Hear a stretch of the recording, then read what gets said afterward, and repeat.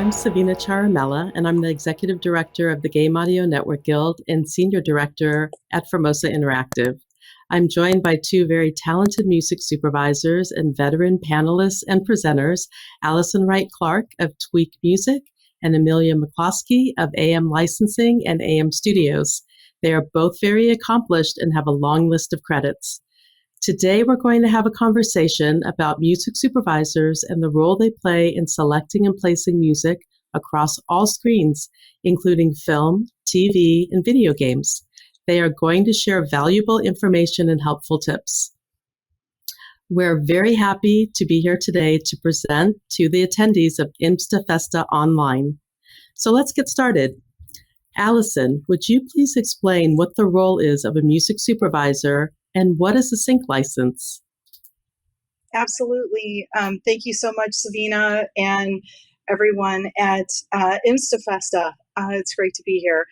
I wanted to talk a little bit with you about the role of a music supervisor, which includes a lot of different hats. We wear many different roles within our, working directly with studios, directors, producers, and handling all things licensing, creative decision making, and also working with composers and music editors in order to pull all of the music assets and all of the licensing requirements for any given production. In addition to that, there's in all of our work, we need to secure music licenses for all of the music and songs that's needed for any given production. So that's a big part of what we do day to day, is securing those licenses. Wow, I know it's a really big job. Can you explain why you have to clear music and what is a copyright? Sure. And also, I'm going to hand it over to Amelia here, but the reason is that a copyright, we need to license music because it's essentially owned by other people. And so a license is the ability to go in and utilize the particular song, the master recording, or the publishing rights to any given composition for the use in that given project. So it's a right. Copyright is the exclusive legal right to include, print, publish, perform the work, the music material, and to authorize others, because you're the owner of it, to do the same, so that you're the owner of that material. And so we license music because essentially we don't own it, and we need to be able to secure the rights to the music so that it can be concluded in any given production. And Amelia, I'm gonna hand it to you because I know that you handle a lot of licensing as well. Yeah, so licenses can really vary when handling a sync license. I do a lot of sync clearances as well on behalf of a lot of productions. So sometimes I'm brought on board just to handle clearances, which I've got one at the moment, which is a nightmare, but I won't go into. So a lot can depend on, say, like the terms involved, like the context that it's used in, the territories that's going to be used in. So all of these are factors that also pertain to as well, the budget too. Yeah, Understood. And absolutely. And Amelia, what are the different avenues available for song placement? There's many different routes that you can go. So you've got obviously film. You can place a lot of music in films, from short films to indies, right through to say big budget productions, TV series. And then also you've got gaming side of things. You've got like micro licenses, which are things like apps and games. Content creators are always needing licensed music, and I think that is getting bigger and bigger and bigger because there's so many content creators now. Have I missed any out here? No, Amelia, you did a great job. Yeah. I'm trying to think, my mind went blank. Yeah, no. All the ads and trailers as well. That's it, yeah. And also special marketing projects. There are a lot of opportunities for artists, signed and unsigned as well, to create partnership with you name any kind of product or service. I think it's really unique how things are happening and developing in that space with individual artists partnering with a service or product and that it lines up very well with what the artist is doing and also what the product or service is doing, and they kind of walk hand in hand with that. Yeah. That's great. And Amelia, you had mentioned working on a nightmare project. I think that's the theme of every single music supervisor at one point or another. Allison, I know that you have had your challenges as well, and you both are so seasoned, you have solutions. So can you please tell me if you had to replace any big songs with songs by up-and-coming artists? Yeah, right now. Today.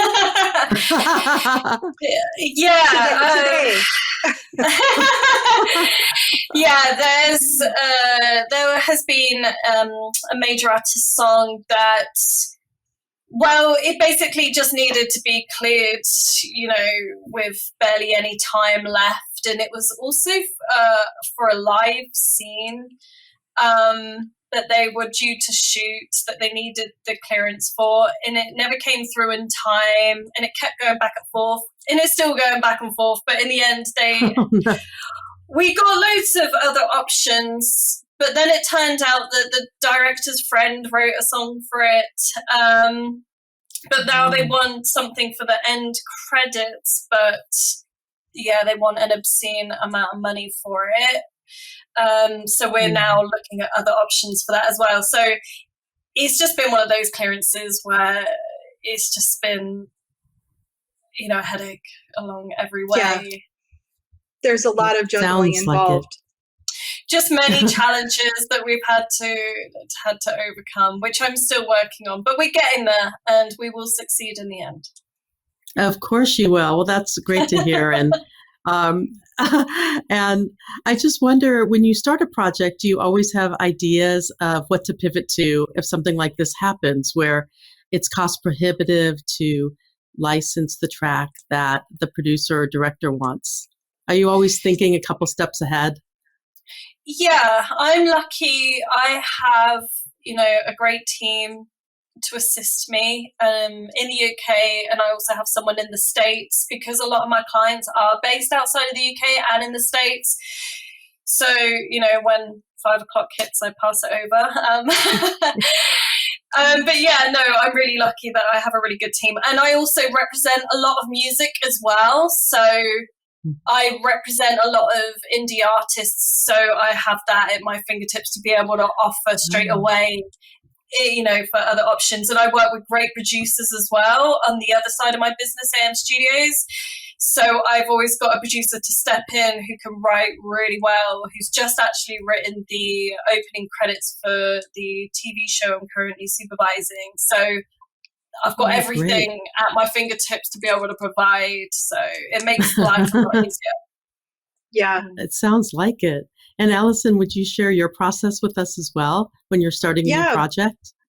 Absolutely. I mean, going through and talking with producers and the director and really getting an idea of what the tone is, and so that's always informing across scenes, and even as you get really involved with specific scenes and ones that budgetarily may be out of the scope of the film's budget, but coming up with ideas that actually may end up being a really a better idea than what the original idea was. And it's always about, I think, your B, C, D, how deep your bench is, essentially, so that you can constantly be pulling. And, like Amelia was saying, a lot of my process is, having a lot of different resources in many different genres and working with many different people, because things move so quickly,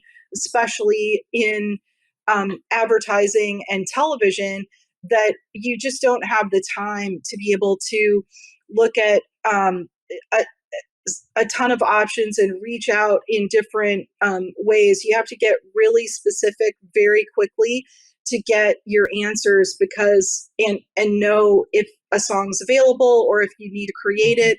And I think music supervisors are working in this way because of just the time that it takes in order for all the rights to clear, and you have so many music needs in any given show and in any given film that we're just always conserving time in order to get everything done. So I'm going to have to think about expanding this UK team idea, Amelia. I think I'm already a really big fan. Is we'll just work on all time zones and just keep going.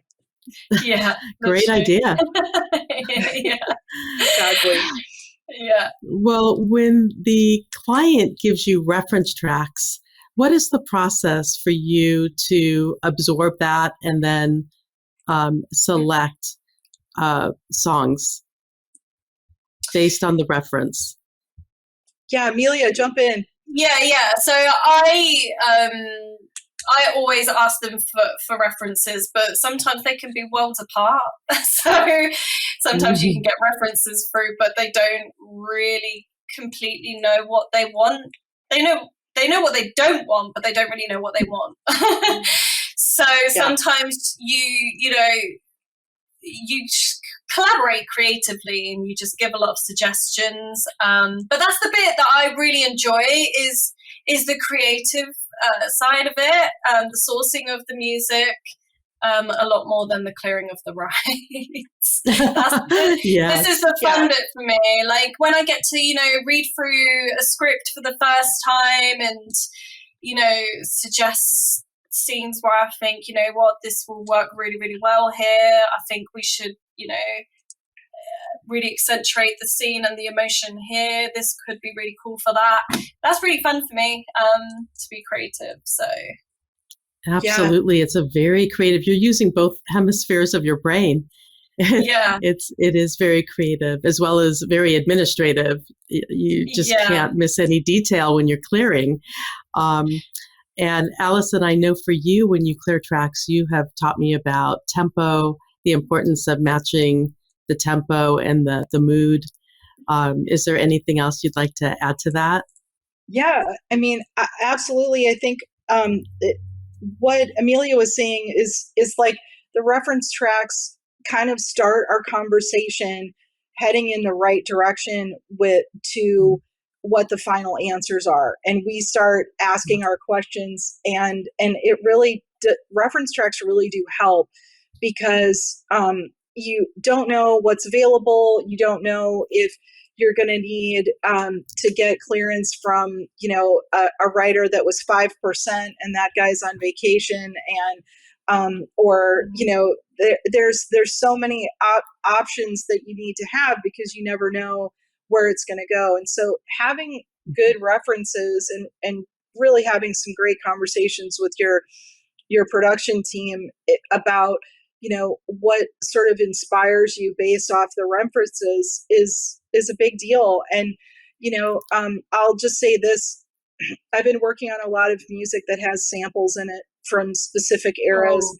And so one of the things I wanted to make reference of is that automatically, if I hear a reference track and I automatically know that it has some very significant, well-known samples in it, I immediately start talking about it, dialoguing, but also coming up with other options that won't tank budget and will keep everything really cool and and great in terms of the creative. So it's knowing these things and being able to creative problem solve, right? And so absolutely, that's what it really comes down to. So I mean, really, that's what's cool is that all starts as we're getting more and more information and talking about references. So the wheels keep turning from there.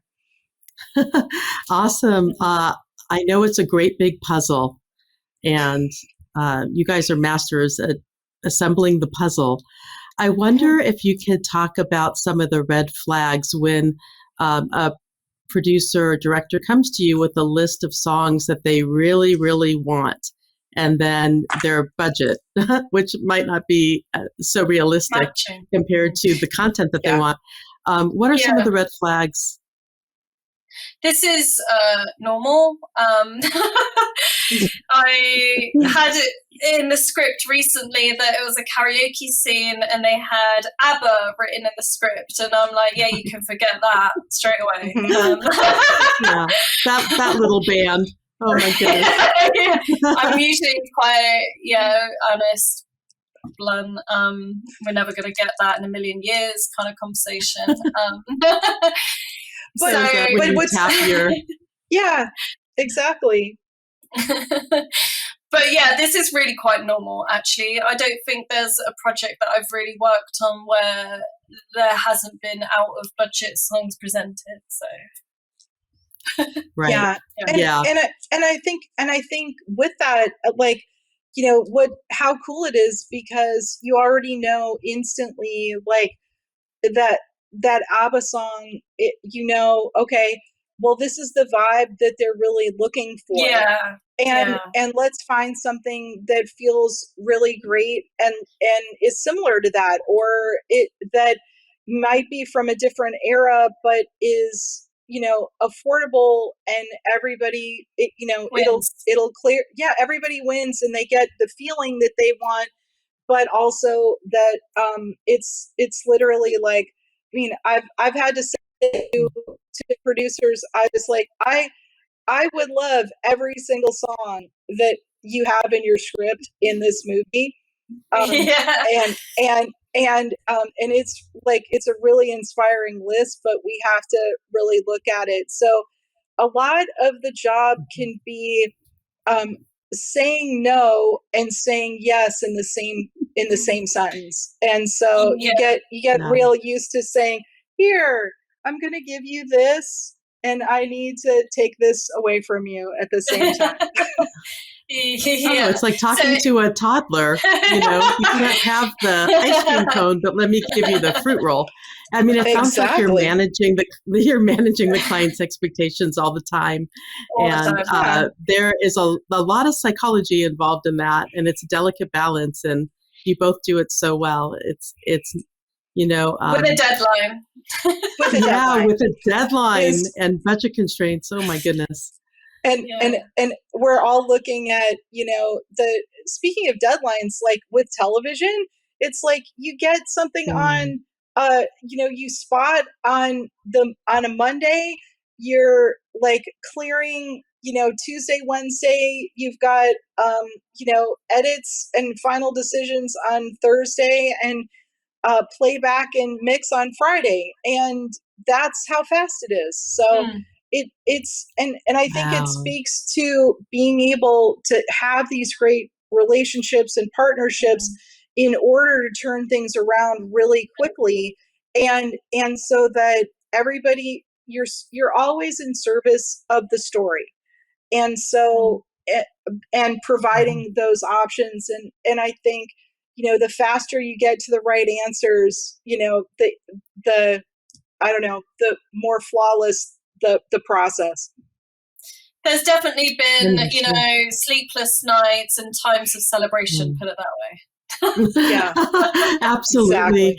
Exactly. You mentioned the spotting session, and I wonder if you can describe to the viewers what a spotting session is, what the process is with the director or producer. Yeah, it's essentially all getting into the room together and watching the cut and saying, what what's music going to do in all these different scenes? And is it a score moment? Is there a song here? Is there, how is the music interacting with, live on camera? Is there like a dancing scene? Is somebody singing a song? And it's really looking at everything and saying, okay, this is what's needed, and this is what we need to do for this episode. So I don't know, Amelia, did I leave anything out? No, that's pretty much it. I mean, like, I don't really get a lot of chance to do spotting sessions like that because obviously being overseas, a lot of my clients are overseas. So, I mean, I get sent it to watch it from where I am, and then I give my ideas and then send it back. Yeah. Normally I work from I work from a lot of the script stages as well. I like to get hold of the script right at the very beginning. Like, the earlier for me, the better. So I can get like a real good head start on it. Mm-hmm. It definitely helps to have the visual. Oh, absolutely. It sounds like it would. And I have to say that I've been in music production for over 30 years now and had the great opportunity of sitting in your seat for a little bit. And I think it's the hardest job there is. I have so much respect for both of you because things are constantly changing. And you have to have really deep contacts. You have to be able to turn on a dime. You have to be resourceful. You have to be pleasant at all times, even when things are blowing up in the background, to ensure that your client feels confident. And you just have to do so much. And I really appreciate and respect the jobs that you both do. It's not easy. I know it's very rewarding at the end of the day. Mm-hmm. When you're done with the thing and you're together, like, let's celebrate. Yeah. That's the celebration moments. That's why I say it's literally a mixture of sleepless nights and celebrations. And then you celebrate and then the next day you like push the button on the next project and here you go again, right? Yes. And sometimes I'm sure you're working on multiple projects at a time. So it's a lot to keep track of. I know, Allison, you were telling me recently that one track you were clearing had 20 participants. So can you talk to us a little bit about that and how you approach clearing a track with many, many participants? Ouch. Yeah, it's especially with just multiple writers and producers and participants, even different owners of the master recording and how things are split. So it's about, doing your research and the homework to find everybody, make sure that all of the percentages are together. And obviously most people are getting the, information, you're getting it from the right sources. So double checking everything so that it's all coming together and that you have all the correct ownership percentages. So the thing I was talking about earlier about ownership and copyright is, this is got to get in touch with everybody in order to get those rights, and it takes a lot of time, and there's a lot of effort involved. That I like to say that I professionally ask very nicely for things. That's what I do as my job. Is I'm asking to utilize your art in another piece of art, and so can we all get along and come to an agreement? And so and it's like there's a lot involved with it, and not everybody agrees. Not everybody wants, certain things used, or, I know, Amelia, you probably come up against this too, is that, MFN? Yeah. They want it on an MFN basis, yeah. Yeah, and so MFN is most favored nations IMSTA FESTA friends is know what MFN is. Annoying. So it means annoying, but also kind of like the standard out there where everybody. So MFN can be intra-song, which means all the rights owners get the same their percentage amount, a controlled amount, and so they all have to agree. And so, yes, in that case, I did have to get 20 different rights owners to agree. And so that took a while. Let's just say you have to be quick in this role as a music supervisor, and you also have to have a great deal of patience. And so if you're not willing to ride that line, I recommend other lines of employment.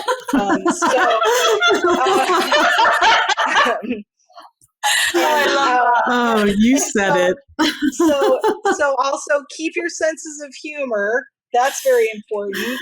And you know, like we all just keep it rolling because, you know, music is so important. It's like take music out of any project and look what it looks like. I mean, it's not so very important. impactful. Yes, no. Absolutely. Exactly. Oh my gosh, Allison, you do have to have a good sense of humor, and absolutely you have to be patient.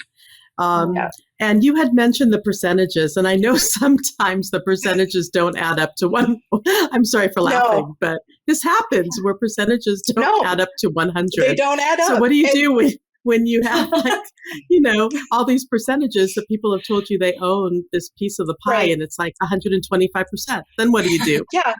Well, you know, I recently had to work to clear a song that had a 0.74% of 1%. And I was like, really? Oh, that's new. And so you have to go back. I think for me, what it comes down to is I know legally and who has what. I go to those places that I know have the rights really locked in. I start there, and then I go out from there and say, okay, based on this, and this ownership couldn't possibly be, you know, that. So it's reconfirming. It's being friendly with management and music publishers, and just being able to get the answers and get recommit to the continued follow-up. So that's what it really comes down to is get used to communicating with people over and over and over again. And because these things, you know, have to get sorted out because legally I'm indemnifying the production and working to protect the production and then the distributors of the content. So it's a very interesting role, and that's the thing is we want everybody to win and have these celebration moments where it really did all come together, and that artists and producers get to be seen and heard, their work heard in these amazing projects, and that that's what we do. Yeah. I mean, details are so critical. Is what I'm hearing. So get used to your spreadsheets, supervisors. Get used to chasing up constantly. Oh my goodness. You guys must have multiple screens going all day long to keep up with all of this. It's a lot. Yeah. It's a lot. My husband walked in one day and said, "This looks like NASA in here. Are you launching anything?" I was like, well, I'm trying to launch the music into this show. So yes, the answer is we're here at the helm. It's probably as stressful as NASA. It is for sure. I would like to ask you, Amelia, are there any current trends in music licensing with regard to different styles of music? at the moment? Yeah, I mean, like you always, because I mainly work in, say, like the film and TV side of things. And so you always have, the recurrent themes. So in terms of lyrical content, you're always going to have songs, needing to be about, say, relationships, family, home, sentimental, background, club type songs, road trip type songs. You're always going to really need these things. But yeah, in terms of trends, obviously, whatever's in the charts at the time. But actually, what's been really popular at the moment is, say, like the revival of the 80s in terms of Stranger Things with yes, Kate Bush. There we go. Yeah, escaped me there. I love that.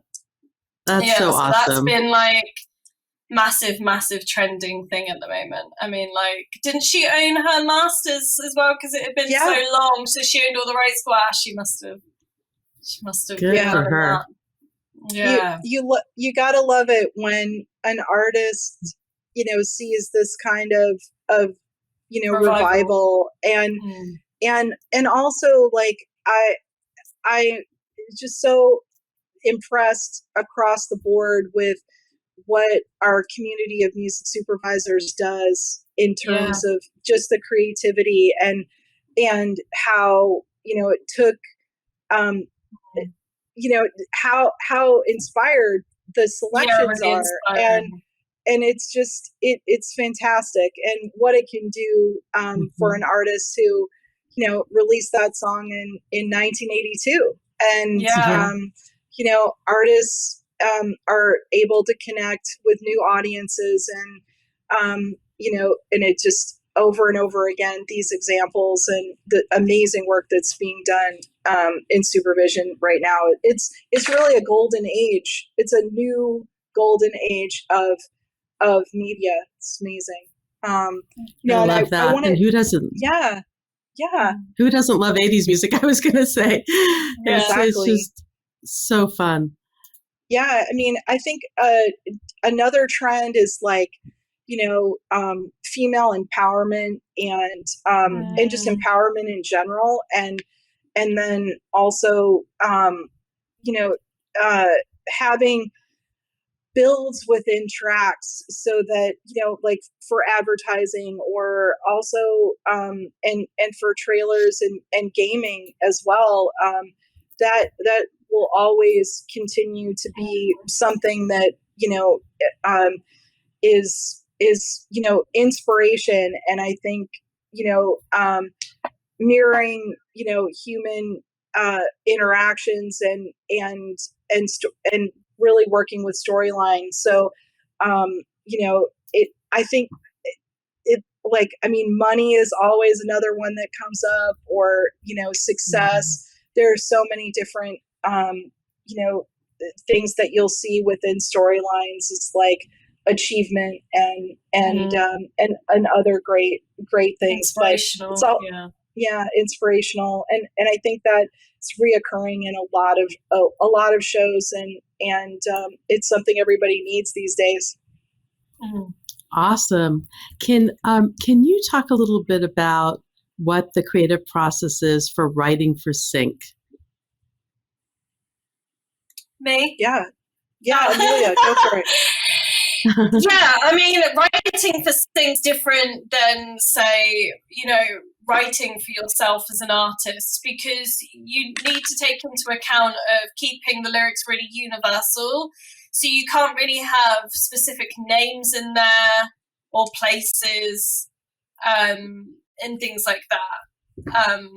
And genres and trends change all the time.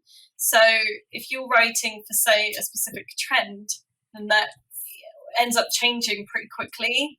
So it's also good to, in terms of supervisors and things, look at what is working and what they've worked on and things, I would say. Have access to the stems and instrumentals as well. Like that that's ideal if you're able to offer both.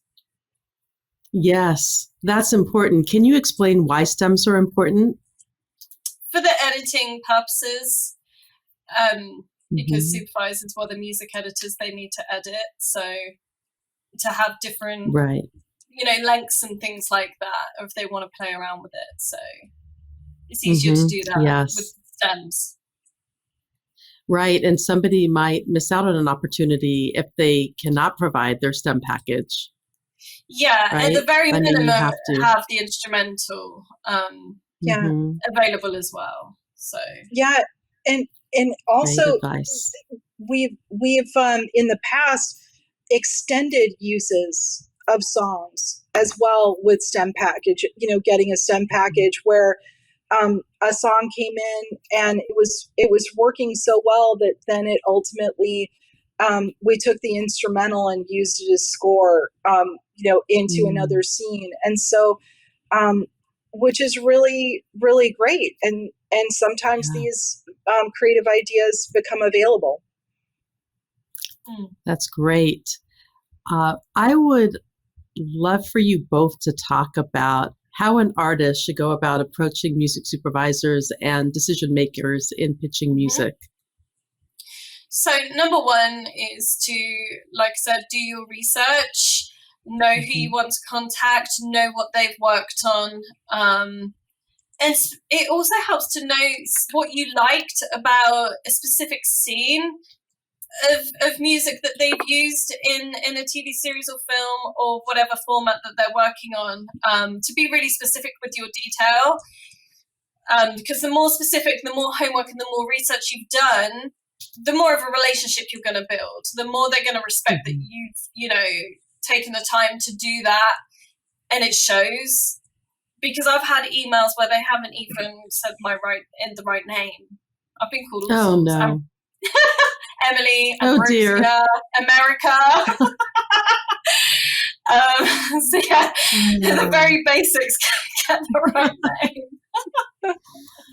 America, I thought that's a pretty cool name. Actually, it's not my name, but it's a cool name. I love that, especially since you're sitting in the UK. That's really great.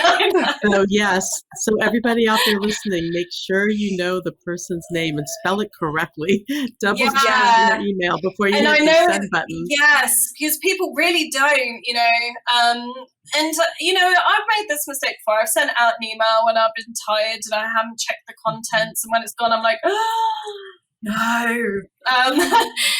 But really do. We've all had those moments. Yeah, do check what you're sending out. And I say it to my team as well. And I'm like, look, I know I'm being really obvious here, but honestly, do read through. Well, sure. It's absolutely. The first impression, and you want to make a good first impression. And that starts with spelling the person's name right. And it sounds so like basic, said, but honestly, I see these things. And metadata, just have the basics right. Like, I love disco. I love it when the metadata is all there. I love it when the lyrics are there. Just make my job easier for me, because it's already hard enough as it is sometimes. Well, for sure. And while we're on the topic, Allison, maybe you can discuss the details of the metadata, because I've heard you present this many times before. So absolutely. It's like, how can we get in touch with you in order to license your music? I mean, that's really funny. That still is something that it comes up all the time, is being able to say, it's like, what's your contact info? Who are the co-writers on this song? Who controls the master? Who controls the publishing? Do you have a sync licensing agent that you're working with? And I highly recommend that people find someone that is vetted, who's in the business and can pitch your material and help you develop a great relationship. But if we can't get in touch with you because there's no information in your track, we're going to move on. And also know, like, we want to like your music. Like, nothing makes us happier than going, wow, this would be great for, this, because we're gonna bank and hold on to that material. And one of the things I would say is, please keep your links active. Don't let your links fall away if you're not on Disco, if you're sending through Dropbox. Also, Realcrafter is a great outlet as well. And again, like, you get your metadata, who looked at your music and how long they listened, and if they went back and saw something, or if they downloaded. All of these things are within Realcrafter and Disco, and are utilized by music supervisors and music decision makers all over the world. And so those platforms are available and are super great and easy to use. And also, if you're like reaching out, is like, keep your emails brief. Don't think that you're, but just know, like, when we're actively working on projects, we get literally hundreds of emails a day. And so that's coming in, and because of established relationships of projects we're working on.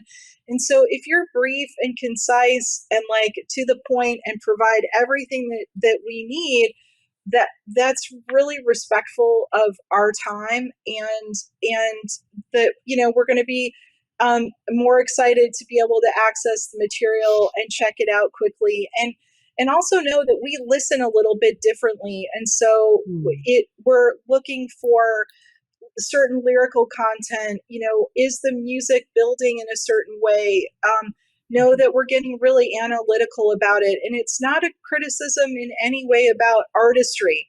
We love artists, but also we are working to serve a job and working to serve a story. And so that's a very big part of what we do. So our strategy is a little bit different than casual listening. Yeah. Oh, yes. Can you please share some of the do's and don'ts when submitting or when approaching a music supervisor? This is a question for both of you. I'm sure you each Amelia, have some really funny stories. Or America. Yeah, just if you send something, don't hound, don't keep chasing. That's going to get my back up, because a lot of the time I'm working on deadlines, and last thing I need is, have you listened? Have you listened? If I'm really busy, I have a folder of music that is yet to listen to, which I do try and get round to at some point. So for me, it's just not to keep hassling. And just do your homework, do your research, like I said previously, I would say. And make sure you're registered also, with a PRO. That's really, really important. If you don't know how to do all that, then just get educated. I do offer sync mentoring as well for those looking to start out in sync. So that goes through all of these things. So having everything in place is a do for me. Anything you want to add? You mentioned a PRO. Maybe Allison, could you explain what a PRO is and why it's so important? Absolutely. And a PRO is a performing rights organization, such as like in the UK, PRS and GAMA and SASM, and then in the US is ASCAP, BMI, CSAC as well, which is by invitation only. But they collect your royalties for you and distribute them to you. And that performance aspect is really it's critical for you, and it's also coincides with a cue sheet. So for every television show or film, a cue sheet is prepared, and every single piece of music's publisher and writer is put onto this cue sheet, and it's sent to the PRO, and they it's literally like each single song use is like a barcode. And so when the program is played anywhere in the world, that those distributors have a license with your performing rights organization to utilize your music, and that then they collect your royalties based on where the program has been played, in what territory, and then all of those collections of funds get sent to your performing rights organization, and they send it to you. And so they vet the cue sheets, obviously, for accuracy as well with production, and make sure that it's all those royalties are being collected. You should be getting your royalties. So sign up with a PRO. They are unbelievably helpful. And there's a lot of great creativity and connection that happens with performing rights organizations as well. So please utilize them and get signed up as a writer for the work that you're creating. Absolutely. And it's a very nominal fee, I know, Oh, yeah. and you can submit many, all of your works through your PRO. Yeah. It's so critical. So thank you for that. You're welcome. Where is the market heading in terms of licensing? Yeah, so I've seen, like a lot more sync agencies now. It's a really, really saturated market within sync, especially during the COVID times where the live side was down. Everyone and their dog moved into sync licensing. And what I'm noticing is that a lot of libraries and things are now moving more towards subscription-based service, where the platforms are automated, where you can, as supervisors and things go on, license the music.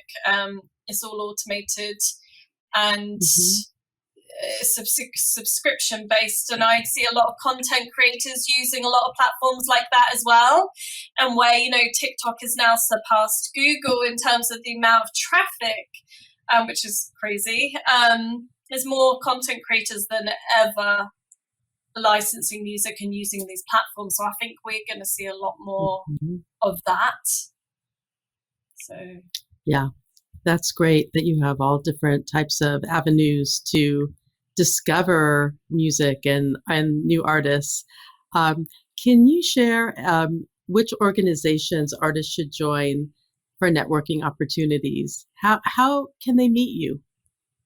Where can they find you? I think it's good and to where become... can they network? Oh, sorry. I was just going to say, and should they network with each other when they go to these mixers or join an organization? Should they collaborate with each other? Yeah, so the Guild of Music Supervisors is good to become a friend of the Guild to learn about some of the events that they put on. In London, we've got what's called Sync Drinks monthly, which, is basically like an excuse to have a piss up, but all the supervisors and sync agents and things get together once a month. So it's a good way to network, have a few drinks. Then Sync Summits, to learn more about sync, they have conferences and things. I know they got one in Nashville happening pretty soon. And I offer mentoring, as I mentioned. So yeah, I do group sessions and one-to-ones to learn the ins and outs of the sync industry. So, Allison? Yeah. That is wonderful. Absolutely. And, just going back to the do's and don'ts, I wanted to share that please don't share MP3s because those files take up a lot of space in the recipient's email. Oh, don't send Spotify links either. What can I do with that? Please explain why. Or so music important. videos. Sorry, I shouldn't laugh, but it is frustrating. Well, it should be obvious, but can you expand on that a little bit more? Yeah, because if I want to use the song, I can't download it. It's just a streamable link. I can't do anything with that, especially if I'm on a tight deadline. I can't view any of the metadata that I need. So always a downloadable link, preferably disco, but there's other formats where I can view the metadata as well. Ideally embedded within the track, but as long as I have it. Absolutely. Thank you for sharing that. We are at the end of our presentation. Is there anything else you would like to add, Amelia and Allison? Any other tips or anything else you'd like to share? I would say basically just get out there to as many events as you can, try and collaborate as much as you can, get feedback on your music from professionals. I know your mum or dad's always going to love it, but you need professional feedback. Make sure your mixes are good, that it's been fully mixed and mastered. What you're sending out is of the highest quality. Absolutely. Yeah, 1,000%, because an indie artist may be in a program that is also has some major record label talent in it. And so it all has to match. Like, we won't license demos for anything. And also it's just a really important thing to have your music sound professional. And so find those resources for mixing and mastering, and also work with a licensing agent. Find those companies that are experts at placing music and connecting with music supervisors and music decision makers. It's an important part of the next step of the professional process. How does one find that? Oh, absolutely. You need a lot of patience. You're so right, Amelia. How does one find an agent in this field to market their catalog? Do they just Google? What do they do to find a representative of their catalog? I'm actually working on a database at the moment of putting together like a whole list of global sync agents. But again, in my networking, in my mentoring, I offer that. No, but if you connect with others, like things like Sync Summit and stuff like that, and ask around for recommendations, I think is also really important. Because there are so many sync agents out there. Like I said, it is really, really saturated. I think it's just important to ask around and get some good recommendations. Oh, that's such great advice. Look at the other friends on the Guild of Music Supervisor, see who's sponsoring, go to events that are where the licensing agents are, where you can really meet and develop a relationship with them. And thank you so much, Savina and IMSTA Fest, for having us. Yeah, absolutely. Thank you, IMSTA. Thank you, Allison and Amelia, for sharing your wisdom and insight. It's such valuable information for the viewers today. I know that this video will be shared, so this is really, really helpful information. As Amelia stated earlier, she offers group and one-on-one sync mentoring sessions, and you can email her at info@am-licensing.com. Big difference. And Allison has helpful references to share with you, and you can request these references by emailing her at tweakmusic@mac.com. This has been really fun. Thank you so much. And we wish you all the best. Good luck, everybody. Thank you. Thank you so much. Thank you. Bye. Bye. Bye-bye.